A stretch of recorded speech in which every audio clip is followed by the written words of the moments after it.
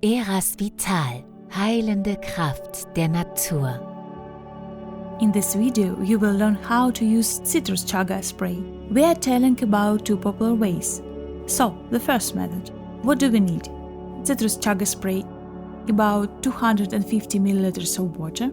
Let's start. Pour a glass of cold to warm water with a temperature of up to 40 degrees. Add 5 portions of spray to the water. Stir the spray with Cistus Chaga with a teaspoon.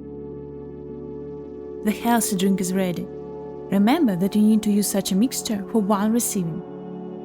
Consider the second method. Everything is simpler here. No auxiliary tools are needed. You just need to diffuse the spray with thin nozzle into your mouth and throat. 5 taps on the nozzle are enough. Swallow the citrus and chaga and wait a few minutes for the mucous membranes to absorb the active ingredients. The spray has a sweet, pleasant taste, but if you wish, you can wash it down with water. Find out more detailed information about chaga products in a free ebook or study recipes from birch chaga mushroom on the website. All links are in the description to this video.